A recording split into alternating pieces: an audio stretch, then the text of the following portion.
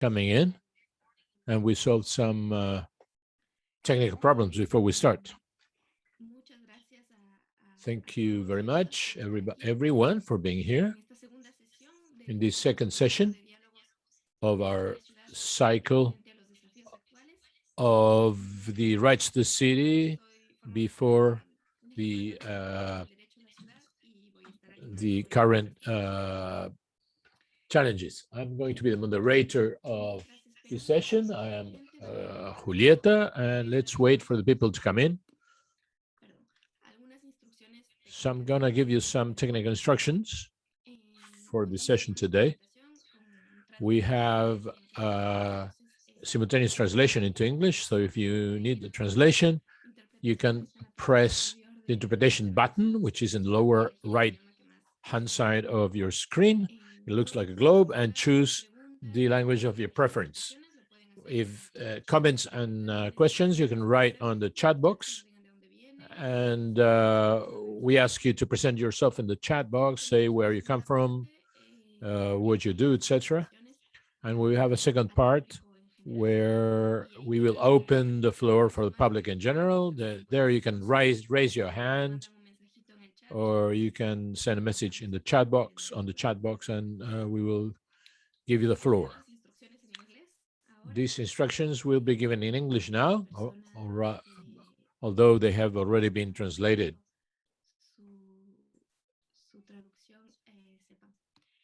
Welcome, everyone. We're very happy to see you today in this second session of the dialogues of the right to the city facing today's challenges. Just some technical instructions. We will have interpretation for this session, English, Spanish. So you can choose the interpretation button on the Zoom link, and choose English or Spanish, the language you prefer.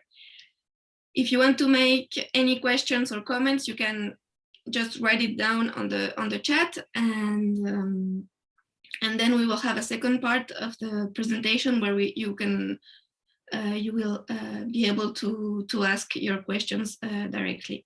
So then we just ask you to raise your hand virtually if you want to speak. Okay. Paso nuevamente al castellano. Veo que ya somos más o menos 30. Podemos. Well, we are now more or less 30 people. We can start. Okay, we will introduce briefly this cycle of dialogues as we have planned it. Today is the second session.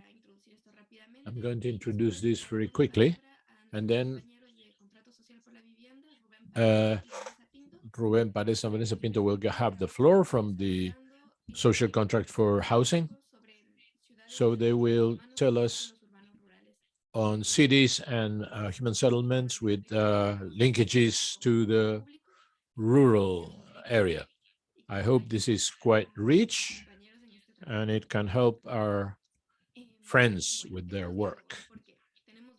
Why dialogues? We have two objectives. The first one is to present the notebook, the work notebook, the right to the city. We are working together with Claxo, which called the right to the city in the face of today's challenges. The other objective is to present the work we're doing on the platform on these themes. Today, we don't have the presentations on the notebook, but I will speak briefly on this notebook, which contains several articles from different professionals. It is written in Portuguese and Spanish, and you can have access to it through our website. And the links are in the chat. These articles, they speak on the right to the city, and it's a broad vision on these different ideas.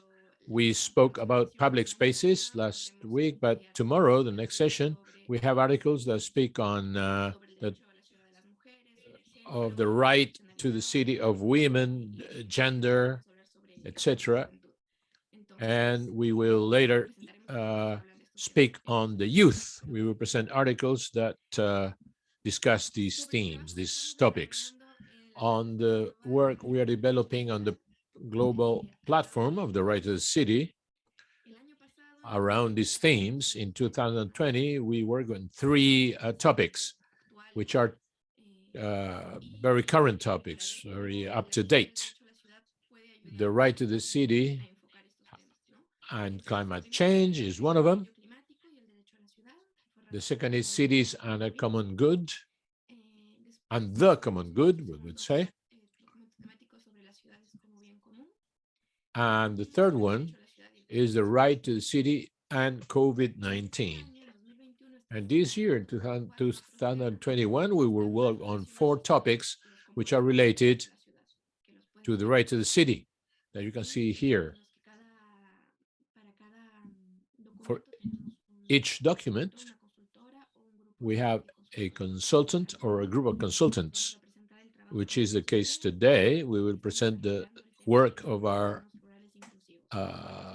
peers, which are developing the subject, the relationships, inclusive relationships between the city and the rural area. We see political advocacy since from local governments to the UN. We work with research. This is one of our tasks on the platform, to develop contents regarding the right to the city. And for that, we work together with entities around the world, like this Claxo notebook that we have developed, or research we are carrying out with different collaborations. Also, we work on dissemination, communication, and awareness raising on the right to the city, and training and capacity building activities. As you see, these are very broad and different goals, and this is a challenge for our consultants and for the themes treated. So we are carrying out this process collectively, and the idea is to work with consultants, which are in the center of this process. They write down the documents, they carry out research, they look for examples, and advancing the process. But they are helped for a reference group, which are members of the platform and professionals from different places and specialties. And the last instance is this dialogue series where we open the floor to the public and we ask for initiatives, examples, to contribute with other visions to enhance our documents. This process, this methodology we used last year with different documents, which are open documents, and that help us to better understand the process of the right to the city. Okay, I hope the presentation is clear. After this webinar, the next steps will be the elaboration of a final draft, and the document will be completed by the end of October next month. And then we will present it in events, and we'll launch the documents by the end of the year or by the beginning of next year. And now, I pass the floor to Rubén, Paredes, and Vanessa Pinto, who are part of the social contracts for housing, which will introduce the study they have just developed to describe Contrato Social por la Vivienda. It's a group of advocacy which works for the sustainable life and the right to housing in the rural and urban areas. Okay. On my behalf, the introduction is complete. So, Rubén, would you like to share your screen to start with the presentation? Well, thank you very much. Vanessa. Good morning from Ecuador to everyone. It's a pleasure for us to present this research, which is underway, in progress. We will have some questions in our minds to know who are here and see what you're thinking about what we are going to introduce. So we share in the chat the Menti link. You can see the link, or you can access menti.com, and there is a number code that we are sharing in the chat for you to have access to that. So I'm gonna share my screen.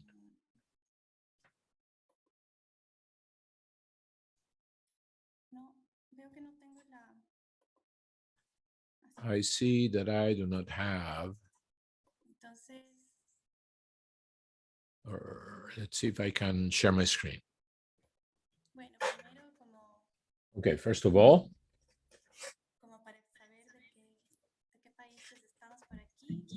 to see what countries are present here, we can see Ecuador, Mexico, Argentina, Peru, Brazil, Spain, Canada, Paraguay.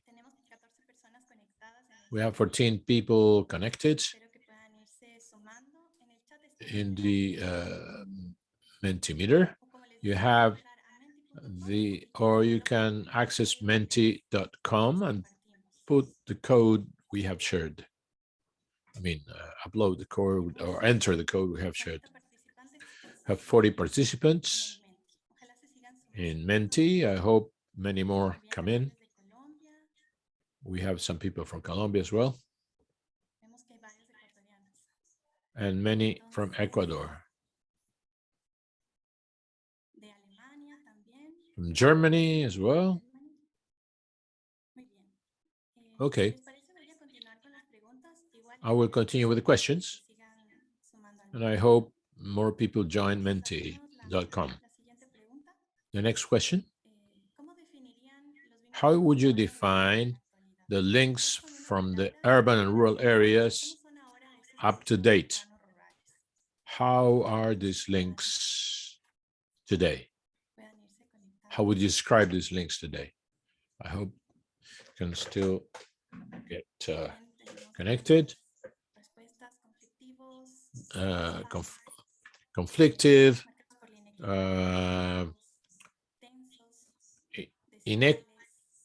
unequal, not equitable, not with no equity, tense, extractivism, exclusive, exploitation,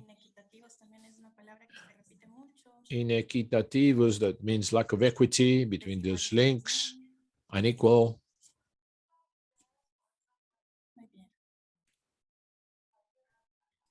Uneven, dispares is uneven relationships.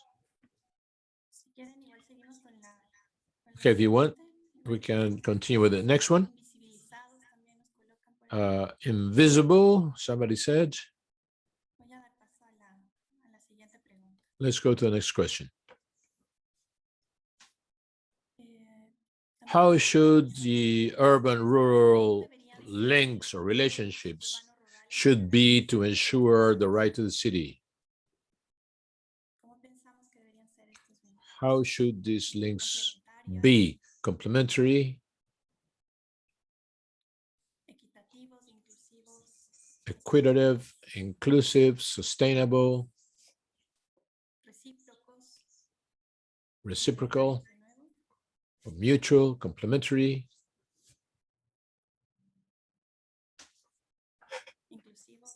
inclusive,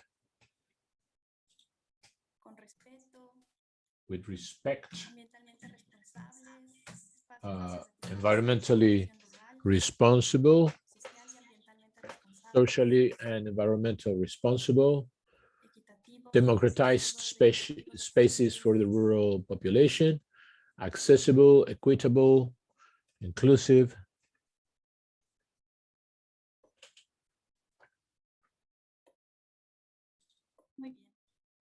Okay. Thank you for collaborating with us. this a quick look on things that we think about, and they're represented here. And then we will have a space to develop these ideas. Thank you very much. Okay, thank you, Vanessa. I'm going to share my screen.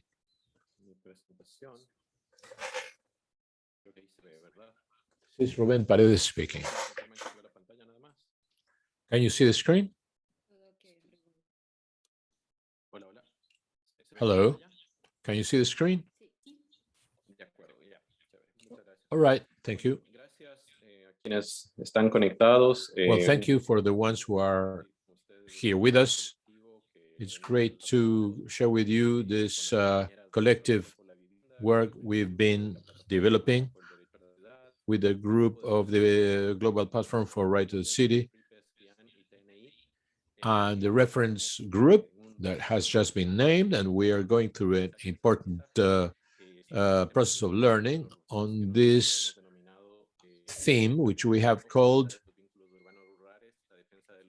Beyond Urban Rural Linkages, the Defense of Territories and Cities for Life. In this presentation, in this document, we would like to comment how this document is structured that we're working on. It's still a draft. We have 3 topics. One is context, evaluation, and challenges, with a critical look on the current context and the conception of the urban and rural on the global agenda. Other forms, number 2, other forms to think and take action in these territories, and recommendations for the governments, local and national. We have some reflections here in which we're working.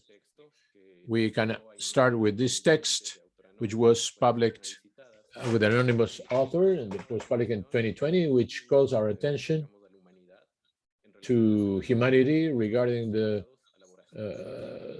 veracity and lethality that we are acting, the fixation with a great scale, the obsession with the economy and the system. It's a call, and it says that we should thank him that he's coming here to put ourselves in the edge of a fork, which structure or underpins our existence, which is either economy or life.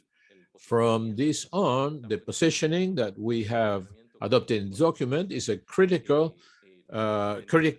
criticism towards development as a geopolitical goal in the planetary level, with the capitalist civilizatory model, with a limited access to resources, and also linked to everything that has to be with neutralization and technique and the growing technical aspects of production, trying to maximize profit. And but this industrial process will depend on lots of energy and capital resources, which commoditize all dimensions of life. Also, the model, which is still linked in capitalistic logic, with cultural practice, ancestral and popular practices are ignored, has equalized cultures and has devastated hopes from the people in standards that can articulate themselves in the adequate way in a commoditation model. It's an anthropocentric model which has denied the nature with all his dimensions, and it has been reduced to a natural resource, and the territories are used for the accumulation of capital, and it's patriarchal because it's sustained with mechanisms of violence and oppression towards women, and descent, heteronormative descent in general. So we don't want to disregard is that the interrelation that exists between the urban population, which the UN is warning us with the process of looting and devastation of the environment with extractive industrial practices by the agrochemistry industry, and also the use of the soil by the real estate industry that see only business opportunities and are materialized in the conflicts that are generated in the territories. But it is these structures which maintain the lights of the operation of wonderful artifacts that we have built, where we recreate our forms of life. And we don't want to question ourselves because we know they are unsustainable and there is no possibilities of keeping them up in the long term. So we ask if it's enough to be inclusive, the interrelationships between rural areas and urban areas with administrative categories without modifying the power asymmetries that are materialized in the territories from the perspective of this crazy logic which is in place up to now. This logic generates an injustice and affects differently to people regarding what group you belong to. Discrimination and injustice is larger in groups related to cultural entities, gender, and socio-economical conditions, and these elements get worse depending where people live, what are the characteristics and physical characteristics of their surroundings. And the perspective to Right to the City should have a broader vision of the territory without disregarding these concepts that allow us to differentiate different dimensions, be it discrimination and injustice regarding people that live in these territories. What comes next will be discussed by Vanessa as well. We are going to expose this presentation, both of us. Vanessa, the floor is yours. Well, we revised what we have in the global agenda on these issues, because we do recognize the advancement in these documents and these commitments of the states in many senses regarding the commitment to certain rights. We see critically some of the goals which are stated in global agenda. One of the objectives is the economic growth and the elimination of poverty, the respect of the environment, the decrease of injustice. Whatever objectives are stated, it's important to take a look that within the 2030 agenda, where we have these goals stated, there is a third category, which is the peri-urban territory, but it's geared to the urban areas. This is what we find in the 2030 agenda, and we question how are these rural-urban relationships, which are growingly complex, when we have these territories that are still expanding, which are the characteristics of the urban and the rural areas? Can we work with this dichotomy still? The next one.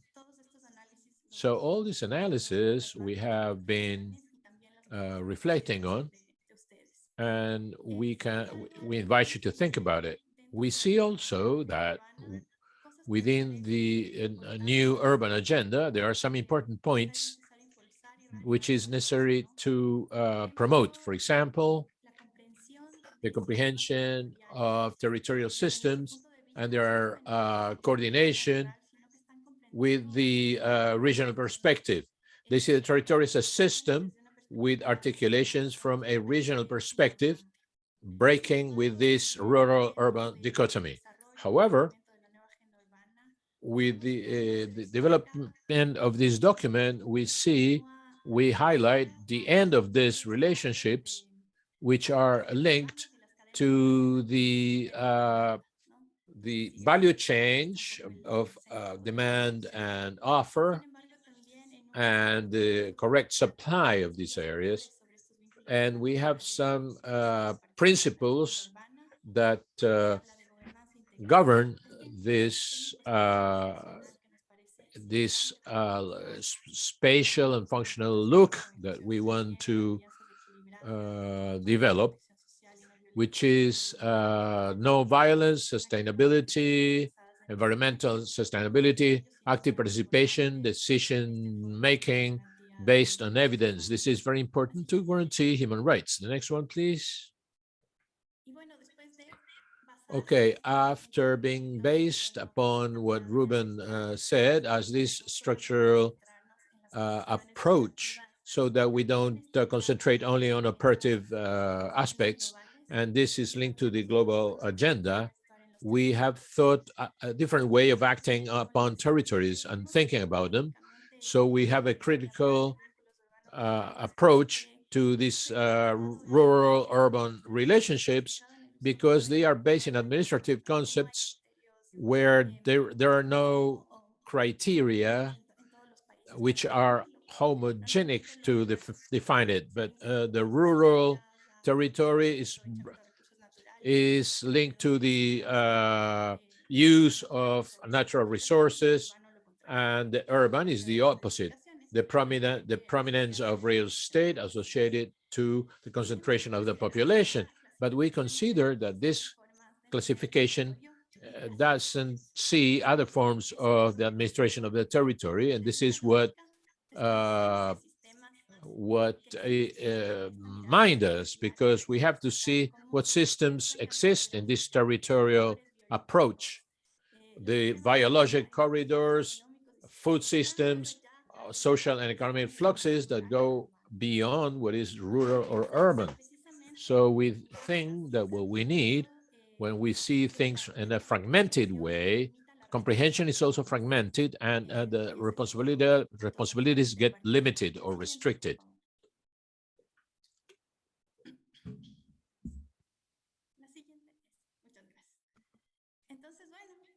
Bien. Okay, so the debates regarding the right to the city and the territory, we think that the start is the comprehension of the city and the territory, because many times, although we want to give a broad sense to the city, that we are not talking only about the city, but any human settlement, we think it's important, and this is something else that we are taking into consideration, to speak about cities and territories, to bring together different struggles, because many times there are some social sectors which don't identify the terms of the city, but beyond anything else, the concept that underpins the concepts of the territory is applied to all territories, because the city and the territory are a collective work. They are produced socially. And no doubt the right to the city sees this territorial perspective where human rights have to be verified with concrete components of collective rights, like the social function of the land, the struggle against discrimination, public spaces, democratic public spaces, and the rural-urban relationships we're working on. And we have this link with the human rights in the territory, but also with the rights of nature that have to be respected, which has no new paradigms and new forms of understanding a relationship with the environment. And we consider that a politic and analytic tool to transform territories. In this framework, we have proposed for this job that we're developing to think beyond what are the rural-urban linkages, and to see a systemic conception of the territory, which helps us to overcome dichotomies and put in the center common good, and the common good as last an ultimate objective based on social justice, cognitive justice, environmental justice, to understand, to consider other forms of know-how. And what you said in the questions we asked in the beginning, to act with responsibility. We have to overcome those visions on biodiversity and ecosystems, which are plundering the environment, and the rights of nature have to be recognized, and we have to commit to them. And so the change the paradigms on which we have built our development, respecting life and other species in a broad sense. And this obliges us to think of sustainable modes of life, new paradigms and principles. And we consider that this socio-environmental conflicts that we see around the world are doubtlessly to say they are socio-spatial conflicts. And this is because of the way we plan and act upon the territory. And Rubén will make some comments on some experience we have identified and that will lead us to some recommendations.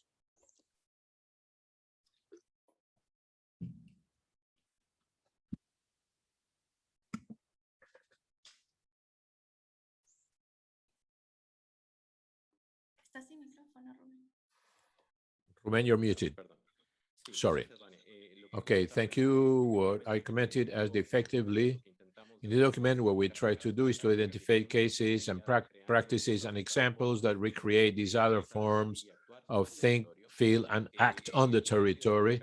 And we have identified them, and that also they will help us to think of ways out of these elements of destruction and looting, etc. And what we identified is what Vanessa mentioned. And here we have this image taken from the Atlas of Environmental Justice, which maps environmental conflicts. And we see the social struggle and resistance here, because at the bottom of all this, we have these dimensions of justice, social, environmental, and climate justice that have to be the center of our discussion.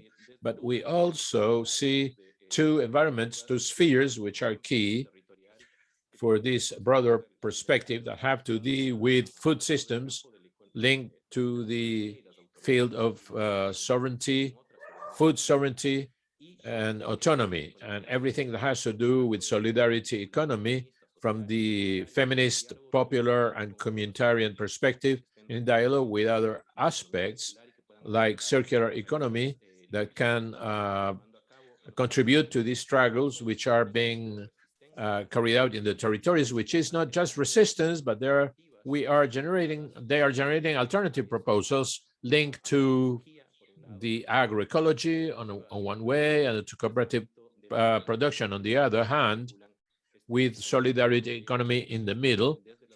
And these actions come from the social organizations and community organizations and movements. And there are three elements that we consider important to recognize. Recognize these struggles, those knowledges and these practices which are being carried out in the territories. We have to re-territorialize the strategies and the practices and the elements that have to do with conditions that guarantee life in the territories and that have been displaced.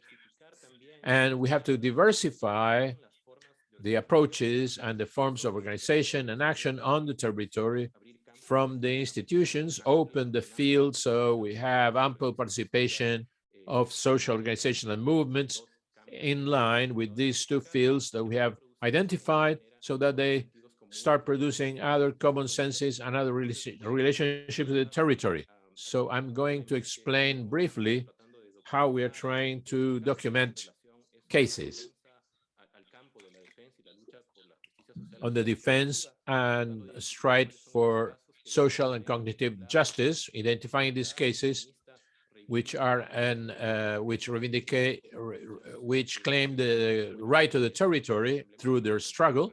There are some examples which have had some resonance, and this recognized this exercises of acknowledgement we see in this mapping where we have struggles around the world, and it articulates with some networks that practice the advocacy for the solidarity and popular economy with solidarity. This text, which is the block box, is quite illustrative because it's a text which is in the web page of the Conga project, which is synonym of future for Cajamarca, a future which is which has a common consensus and common work where everybody's working for a minimum for the same goal, development. So here development appears as a category that can be appropriated from the functional perspectives regarding the logic of capital, and regarding food sovereignty and autonomy. These are linked to popular and solidarity economy. There are several initiatives developed by local governments. For example, there are a red of municipalities working on social and solidarity economy with agroecology. This is in Spain, but not only Spain, also in Latin America, in Argentina, in Chile, the mutual help cooperatives, and they put in the center intersections of sovereignty, autonomy regarding food, and also energy, sovereignty, and autonomy with the auto-determination, the self-determination of the management of the people to see how they produce common goods from perspectives that have several dimensions of work. Another interesting case in the north is the initiative that is carried out by the Bristol town in England, where food habits are developed, which are good for the environment, for the health, for the local economy. And this has created new trade circles where the strategies are territorialized and they work with the transformation of food culture, respecting the environment and the territory, taking care of the terroir. Also in Italy, we have articulation with the academic world. In Milan, they have worked with urban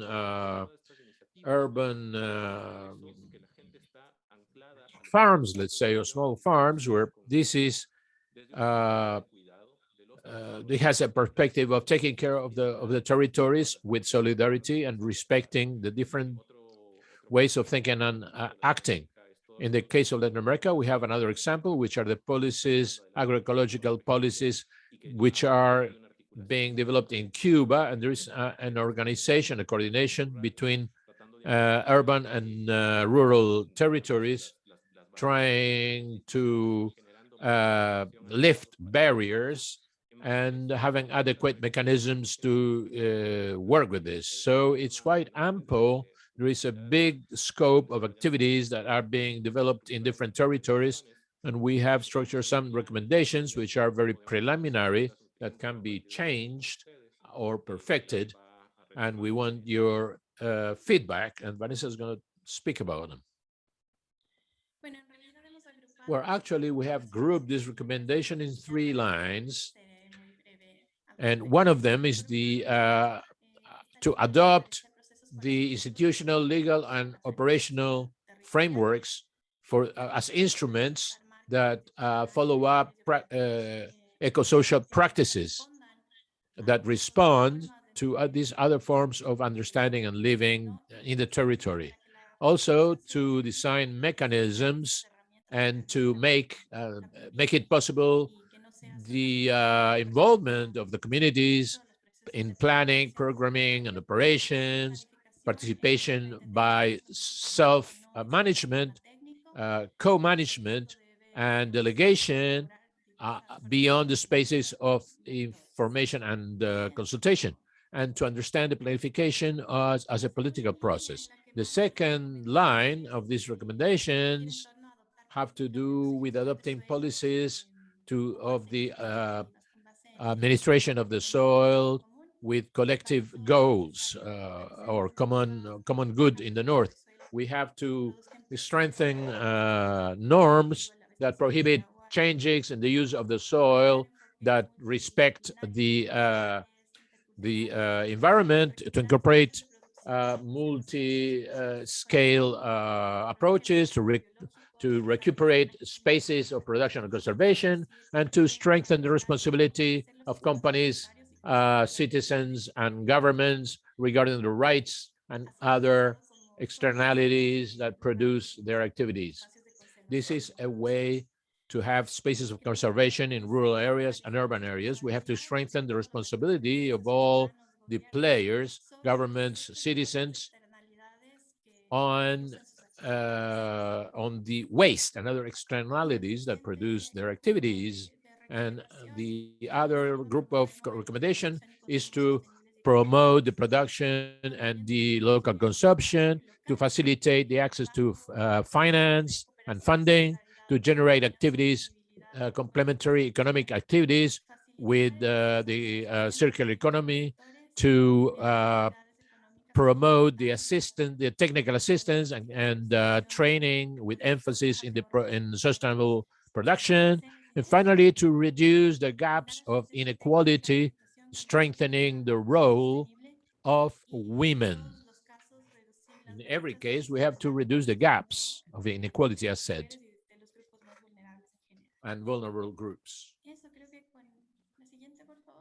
The next one, I think that with this, we can close our presentation.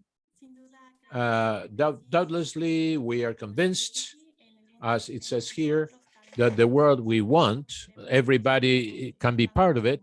We want a world that are many worlds in one. And we have some questions for the debate.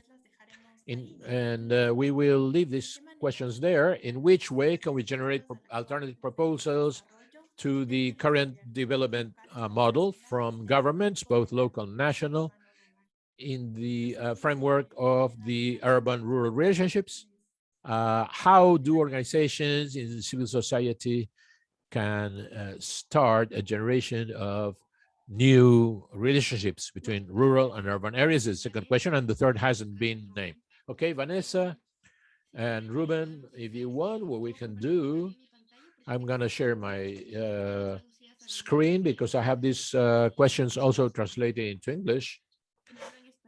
So we have people that don't speak Spanish and they can see these questions.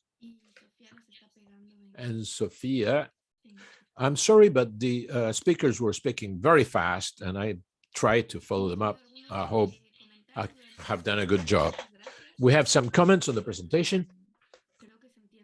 I think the structure is quite well understood. And I don't know if among the participants, somebody wants to start answering those three questions, which are here on the screen, both in Spanish and English, as you can see.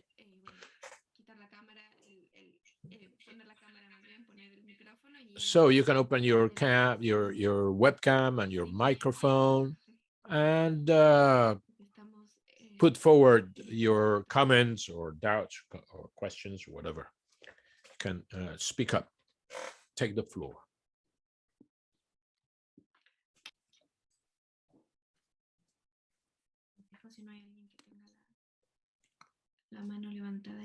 There is nobody raising their hands.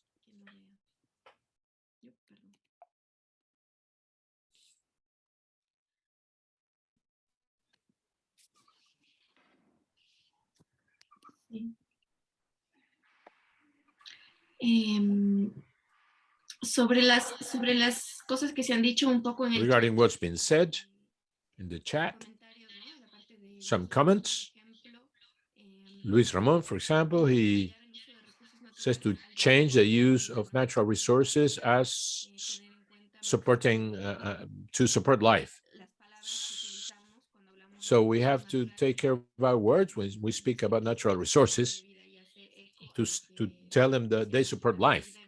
I mean, to say that they support life, and life should be at the center. Another comment from Mariela Robles on an important issue, which is the redistribution of land. The great inequities are not part of any governmental agenda. So how can we do to carry out agrarian reform? Mariela, I don't know if you want to comment this directly. Otherwise, I can read it.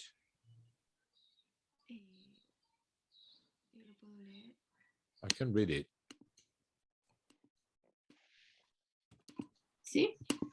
Yes. Javier levanta la mano. Bueno. Javier raised his hand. Javier, please take the floor. Good morning. You can open your webcam.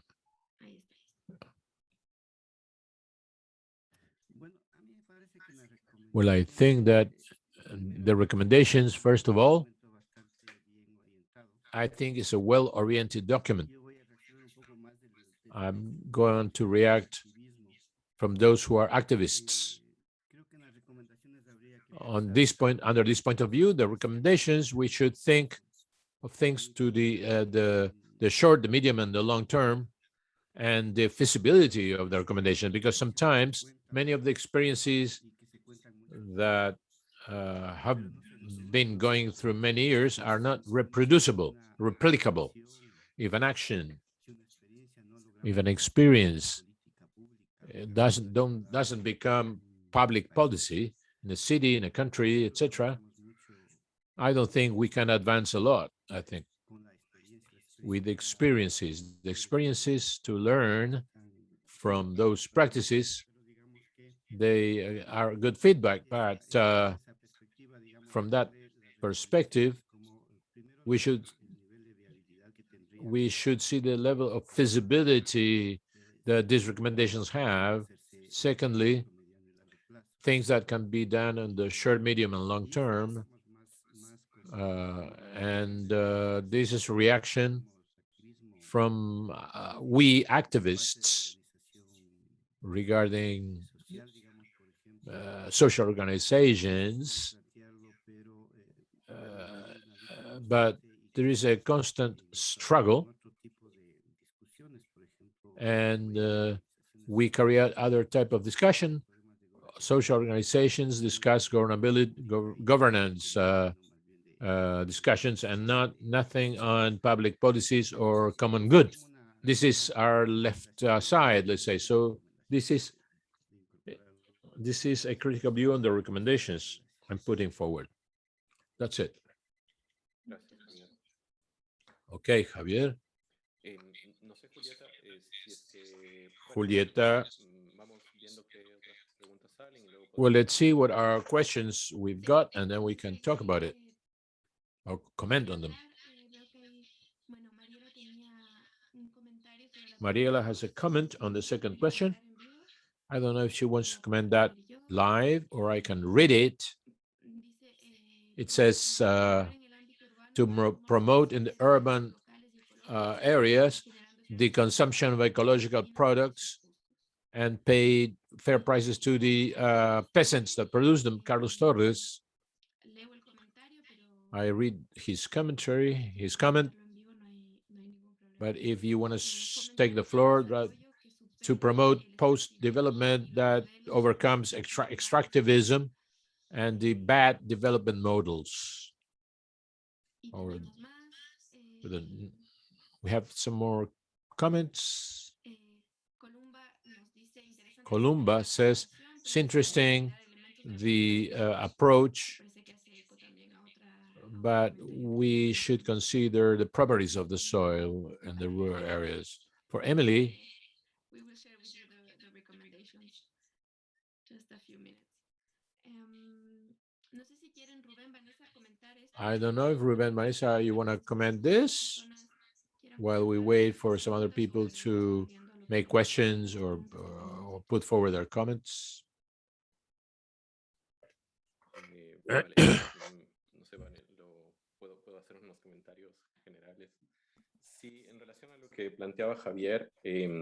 Regarding what Javier said, Effectively, one of the things that for me have been interesting in this process, in this research process, with the platform, but also in the civil contract on housing, in different contexts, regarding Ecuador, where Javier and I are involved, the organizations,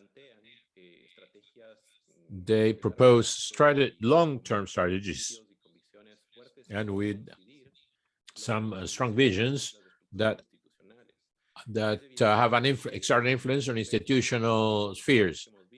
In the cases we have seen, there is an opening and a clear understanding of institutions regarding these dynamics.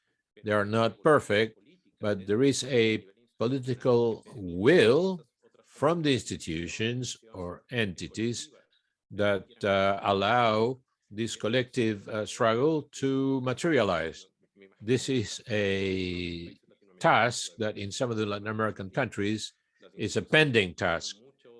Institutions have fear to open up towards the unknown or something that is not part of their institutional logic.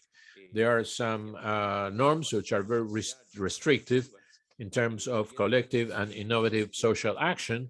And this is related to one of my comments, which is related to the property of the land, how the land, there is a fundamental component in the structuring of inequity, which is the property of the land, and the big property of the land in few hands. And which is interesting is that these take place in groups of population groups, which they still have communal property of some piece of land. The indigenous communities still maintain collective property of their territories, and these are the territories which are better preserved, and they are respectful with the environment, although they're being attacked permanently because of the mining industry, extractivism, and the logic that come from the local or international governments. So this is a key factor, and we have to articulate these struggles, which can even change the structure of property of the land in some cases. This is my reaction regarding what's been commented. I wanted to comment something, actually has to do why the beginning of our presentation we spoke about this model of development. It has to do with some of the comments made, for example, the extractivism issue and the property of the land, which are structural issues. And what Javier said has to do with the scope of these recommendations. Some of them are more practical, but how do we act regarding these big structural challenges, how do we respond to that?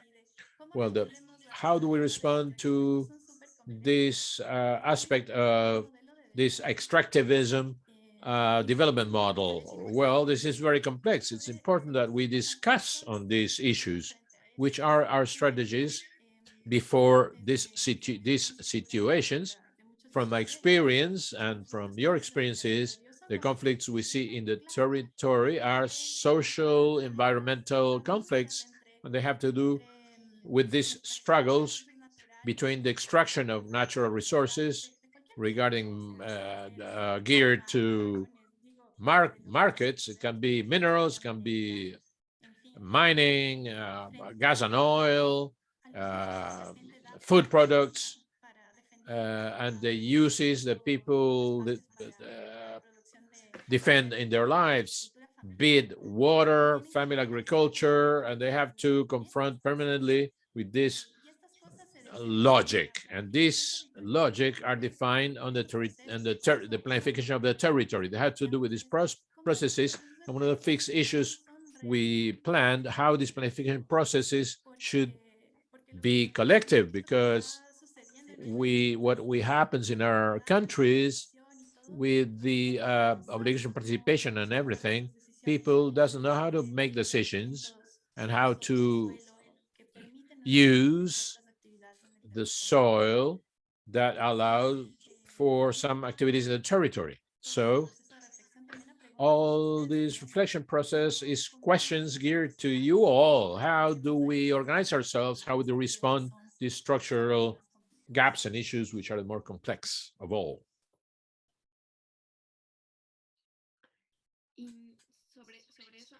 And regarding this aspect, if you have concrete examples of struggles and initiatives that have been developed, they're welcome. If we have examples from other parts of the world as well. Luis, you can introduce yourself. Where are you from? What's your organization? I live in Buenos Aires. I work in Buenos Aires in two fields, in architecture, in traditional architecture, and in the city, in public spaces and service infrastructure. That's my field of work. And I work which has to do with the ordering the urban territory from the political point of view and the concrete technical point of view.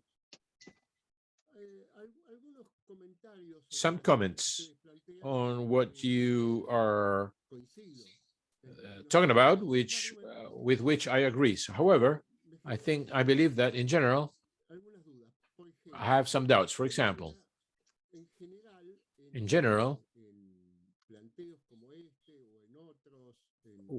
these ideas or others with the same in the same line on the same lines, there is this clear description of the diagnosis. It was expressed, but the causes are not clearly stated. They're expressed through euphemisms or lateral relationships. So, Vanessa, you showed in the beginning, and then you developed it in a certain extent, a quantity of situations, desirable situations, between the rural and the urban areas. But what is not clear is how these qualities materialize beyond what has been already stated. How do these qualities concretely materialize in this relationship between the urban and the rural? Another thing is what Rubén, another point, it was some ideas that Rubén talked about, or concepts which have been repeated frequently. One of them is to link the anthropocentric to capital. I think it's two different things. Or our statements are anthropocentric. We are human. There is no other way around. So all of our interpretation is essentially human, even those which represent the interests of the nature is our interpretation of that. There is no other way around to do it.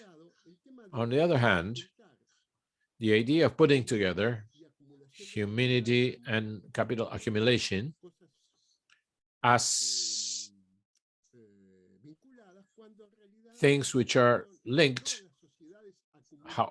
when actually all societies accumulate capital, and when they use nature, they are accumulating capital in different ways.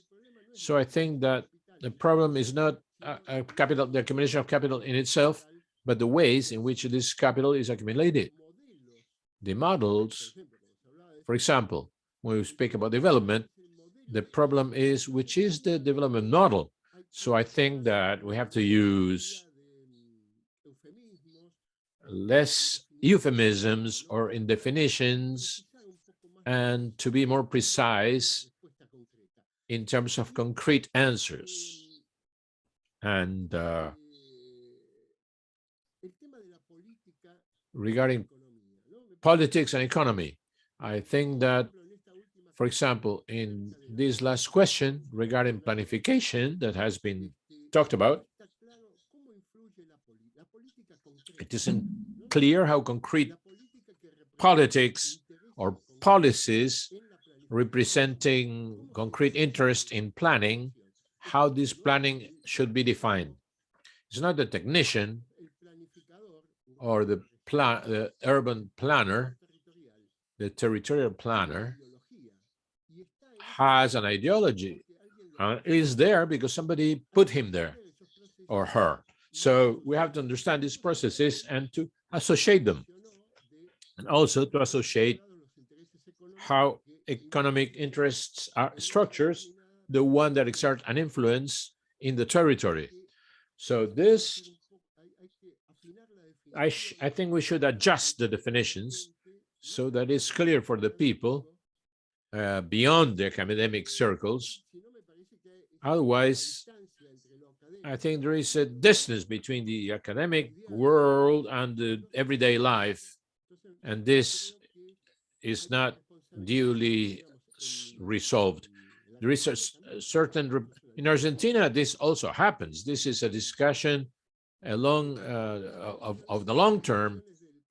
We have been discussing this, the relationships of the academic world and the daily needs of the population. This is all for now. Thank you for your patience. Thank you. We have two more interventions, and then Rubén and Vanessa can continue. Malek. Malek. Hello, yes, thank you very much. I am Malik Gay. I'm calling from Dakar, Senegal. I participate to the Menti.com to show the diversity of this very interesting initiative of today in the series that you have organized at the global platform of Right to City. I'm part of. Thank you very much for this initiative, and I would like just to have an input regarding the urban and rural linkages. The urban and rural linkages is really an issue of organizations and participative model, because you know, the relationship, as the last one to speak, is the development of economy, because the rural is a part where, you know, food production is implementing to give food to the city. So the city is just a place of in the rural where you can live, you can build your house, but the of the economy of the city, it's where, you know, when you talk about right to the city, the right to the city is been also applied in the rural part, you know. So it is been a part of the right to the city, because it's where you produce your economy. And then the presence of now the new actors, which are the urban farmers. The urban farmers, basically in the past, we talk about rural farmers. Now you have urban farmers, or you have actors in the cities that have the name of rural part actors. You know, it is done then issues of you know, complementary about, you know, the concept. And to finish, because I'm sorry, I try to follow all the session, but I have to leave. But we need also to see that environment and climate food don't have limits when regarding rural and urban. You have not limits. And when you come to the administrative organizations of, you know, the local authorities, inside of this, you have also this two dichotomy. So this dichotomy is not an opportunity for the right to the cities. So we have to break down the dichotomy, because it is a continuity of the territorial where, you know, people have right to move and have to right to have to the city. Thank you very much for very lovely sessions that I have attended, and congratulations to the presentations that I have followed up. Even if it is in Espanol, the English the translation is very nice. Thank you very much. Thank you very much, Malik. I think Emily wanted to say something too, and if you can just introduce yourself at the beginning. Sure. Hi, everyone. My name is Emily Mathiasen, and I work with FIAN International, which is an organization working on the right to food and nutrition. And specifically, I work mostly on public policies for local food systems. So I'm really interested in this topic. So thanks to all the work that's been done so far. It's been really interesting, and I think it will be a very important contribution to the work of the platform. So I maybe just had one comment question. I don't know what it is. So it just I wonder if or maybe there's more in the final paper, but on the role of how to say it, like the role of corporations in sort of promoting the way in which the urban-rural dichotomy is at the moment. I think it was Luis just before Malik was speaking a little bit on this topic, and I wonder if like corporate control, corporate capture of the food system needs to be emphasized more, because the industrial food system is sort of just plowing forward without any sort of boundaries. Especially we see now. I mean, next week we have the UN Food System Summit, and it's clear there has been no option to participate inside of this for the people we work with, because it is totally taken over by corporations, totally led by corporations. And I think a lot of the food system discussions, which sort of speak in a tricky way around these kinds of issues, are quite led by the huge agri firms' interests. And so I just would hope that to nuance that, especially in human rights terms, when we talk about the responsibilities of companies, I would argue they don't have any, and that it's the states that should be regulating. And that's something that we need to constantly be pushing for, is the state to take a stronger role in controlling the companies and regulating them. And on the issue of waste also, because I think that was in one of the recommendations, was specifically on waste. I wonder to what extent that needs to be nuanced a bit more, because this discussion on waste has been really damaging and to a lot of the food security, community food security discussions or initiatives, especially around like charity being something that's been institutionalized by the state, and sort of food waste and charity are being put together in a way that doesn't really make sense. And especially in cities, I would say, creating sort of false solutions to problems that shouldn't be put together, reinforcing each other, and actually giving a lot of tax breaks and benefits to supermarkets and other food corporations. So I think, yeah, I would say that's something else that I would nuance, especially now they're pushing agendas to put food waste redirection models into other countries all over the world, sort of this US model. Especially I know it's growing a lot in Mexico and in Argentina, and then other parts of the world as well. So I would be happy to share more resources on that, but I know it's something that, yeah, it's a big red flag for us.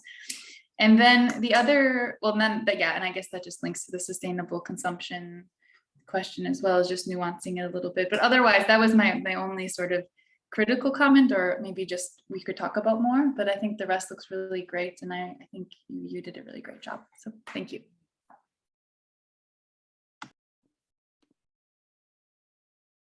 Thank you, Emily. Thank you very much. Emily forma parte también del grupo de referencia del que les comentaba al principio. Emily is part of the reference group that I recommended in the beginning that has followed this process. Thank you very much, Emily. Rubén, do you want to respond to these three interventions we have had from Luis, Maria, and Emily? we can see each other. And I just want to make a comment. I don't know if Rubén wants to make a comment. I believe that we agree what has been said.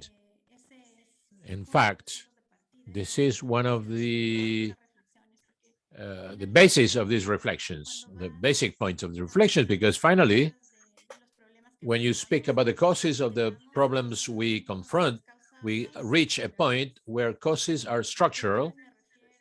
And by structural, I mean to say that they are historical. They have to do with institutions. What Emily said on corporations, we see this clearly. They are behind all of these processes, extractivist processes, and also with the production of food, the fact that we don't have any food sovereignty because of the monopolist management of seeds, for example, and how the state defends those interests. So that's why the challenge is so big, because the question that you are stating or posing is a common construction. And what shall we do? What shall we do before all of this, which are the main problems, the main conflicts?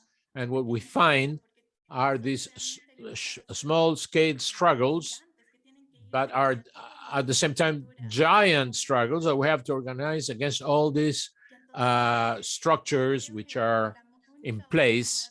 And the only opportunity we've got is to do what we do within the platforms. So to organize ourselves, because finally, we are many, we are diverse, we're in many places around the world thinking about other alternatives. Otherwise, we would have no hope or lack of hope.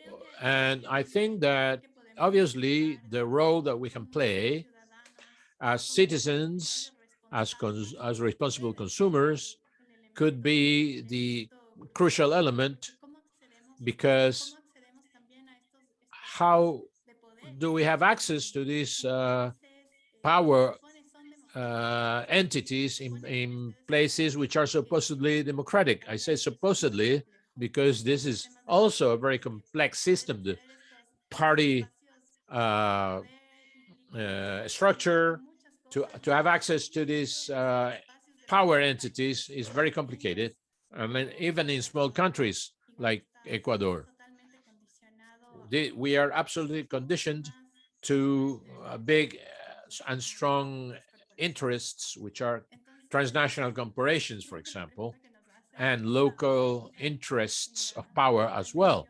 So the questions I reflect on every day is that finally we have to find the answers together to these issues. And I would love to hear what you think on this matter. Rubén, I don't know if you want to make some comments. Not much more. I think you have put forward this issue as it is. And these are the questions that this process is opening up. We have seen things that we didn't have in our radar, which are very concerning, but that open hopes as well. So that's why we want to point the struggles that in the territory, communities, organizations, and social movements are putting forward in elements that sustain life. I agree with what Luis said, and effectively, maybe the relationship between, it was not intentional, but is what is anthropocentric is not necessarily capitalistic. These are things that coexist. But the problem, I believe, and that we can discuss further, and what we're trying to visualize with this broad approach, is that despite 1,000 forms of organizing the economy and the resources, what has become hegemonic and totalitarian is just one, which is imposing the rules of the game everywhere.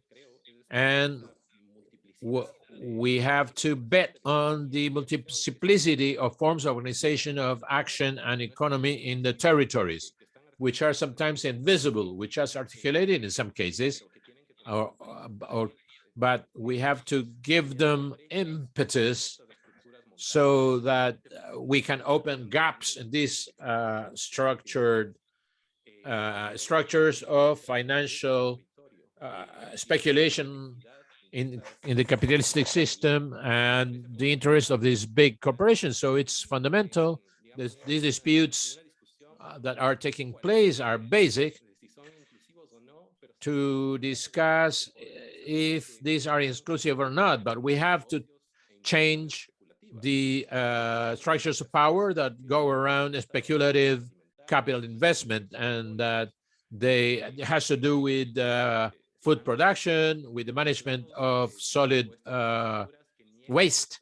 And they are organized under these structures that deny these other forms of organizing economy, but which do exist under them. So the anthropocentric and dominant aspects is one thing, but there are other anthropocentric forms of relating with the territory, which are being acknowledged and recreated, which are not so predatory, which are not a final solution either. So we have to take that with precaution, but we can't deny that there is other ways of organizing life and economy, and that the struggles in the territory by peasant movements, by women and original indigenous peoples, these are being carried out.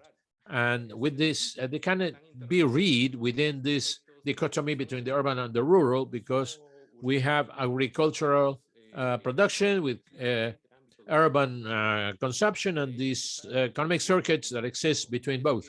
So from the administration and from governments, of course, we are talking about abstractions, the urban and the rural, but these territorial dynamics have to be changed. So for me, a question that makes me sleepless is the way in which we have organized urbanism in the cities. And that's why I put these images. This is a direct, this is the cities are sustained only by the sacrifice of many communities in the rural areas. And so we have to restructure, we have to rethink, and not from the only perspective on how we help the poor communities in the rural areas, but how we rethink what we have done in the cities regarding those territories to sustain these huge urban structures, which are becoming unmanageable, increasingly unmanageable. So we have focused on this theme, but we will try to synthesize and to come down to earth and be more concrete without missing the more abstract approach. Thank you. We know it's a great challenge. Such documents are a great challenge.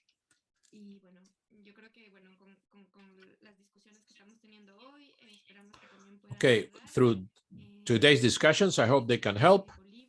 Annelies from Bolivia made some comments in this sense regarding the regulation of the land and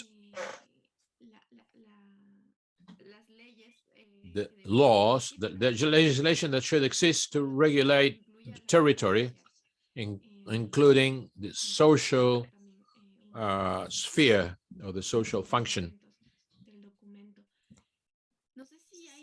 Well, I don't know if there is any other interventions or more comments. I would like to say that those who are interested, we will share the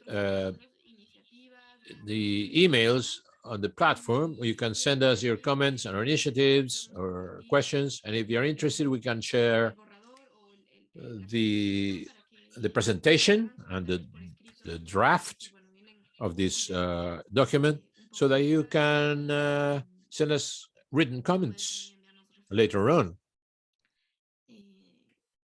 and references if needed. So we will share our address, email address in the chat. Is there anybody else who wants to have the floor? Any member of the control of the social contract want to intervene? And these will be the very last interventions for today. Lucia. Well, simply, I want to congratulate the work carried out by our colleagues. We are aware that we cannot speak about everything in such a short document. So we're aware that some points are left behind, but or aside.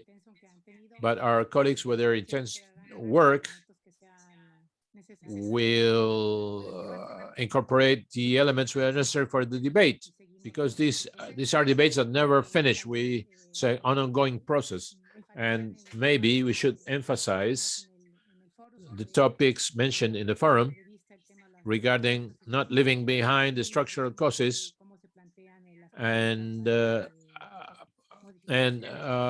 what the proposal will be to produce changes which have to do with visions, different visions of the world. That's what I wanted to say. Okay, thank you, Lucia. All right. I think that we can now wrap up for today with this issue or with this topic. If somebody wants to speak up, you can do it, still do it. I just want to share the work we're carrying out, this series of dialogues. Tomorrow we have a third session. We will speak on cities and human settlements with no discrimination. And we have a theme, a document on this theme, and 2 articles which are very interesting, which are in the Claxo notebook. The last session will be next week, the 22nd of September, on inclusive citizenship. Everything at the same time. And you have to enroll or to get the link for this coming sessions. Thank you very much. Somebody wants to say something? Leticia, I just saw Leticia wants to say something. And maybe Sofia can help us with translation because she wants to speak in Portuguese. Estou sim. Yes, I'm here. I want to congratulate the group because of the intense speeches at theoretical and practical levels, both. So you could speak on these 2 levels, theoretically and practically, on those cultural bases. But also we have to think how these daily practices are being developed, that many times we don't see such practices. So I found it very interesting. I want to congratulate you. And we have to think that capitalism is not the only way to live. It's not a given end, a goal. So these changes in everyday life help us to break with this process, to break through this process, which in the beginning interfered in rural logistics with this historical process of the private property of the land, a big private property of the land. So I want to congratulate your speeches, which were very fruitful. Thank you very much. Thank you, Leticia. Annalise, would you like to say something? I think the microphone is open.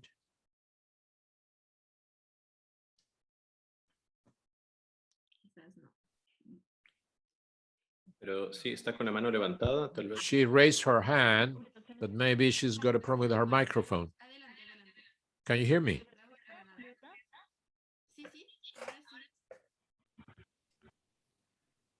Sí.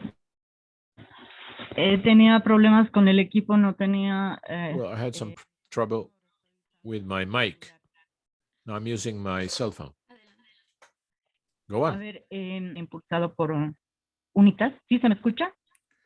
Yes, can you hear me? Yes, we can. Y un presentado... You presented el análisis de 4 barrios.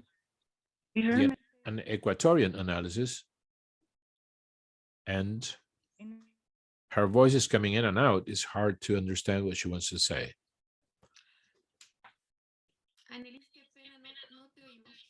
We cannot hear you. las condiciones de riesgo. Entonces, una precalificación va a obligar... ¿Aló? ¿Se me escucha? Yeah, her speech is all cut up. No, we cannot understand what she's trying to say because of technical problems. Sí, está un poco entrecortado. Si quieres, Your puedes escribirnos por el chat. speech is intermittent and it's getting cut off. So if you can write your comments in the chat, I can read it. Nos quieres compartir una iniciativa, si entiendo bien, sobre 4 barrios. You want to share an initiative that is taking place in 4 neighborhoods in Bolivia, as I believe. Vale. Bueno, te esperamos. Okay, we wait for you. Here I saw. Yes, we have recorded this session and it will be posted tomorrow in our YouTube channel. And you can also see last week's session on public spaces. A ver, Annelies, no sé si... Qué pena que no funcione el micrófono. Speedy analysis microphone is not working. También, si no What we can do too is nos cuentes de la iniciativa por... Sí. that you tell about this initiative through email, and we will forward your comments to our colleagues who are working on this document. I will be helpful, of course. Yes. Okay, then. I think that now we are going to finish our session. Tomorrow we have the 3rd meeting, and next week the last one. And we are sharing everything in our social networks and our webpage. So if we want to be updated on what we're doing, just you can access this this information. So thank you very much, everyone, and I'll see you soon. Bye-bye. Thank you, everyone. Thank you. See you soon.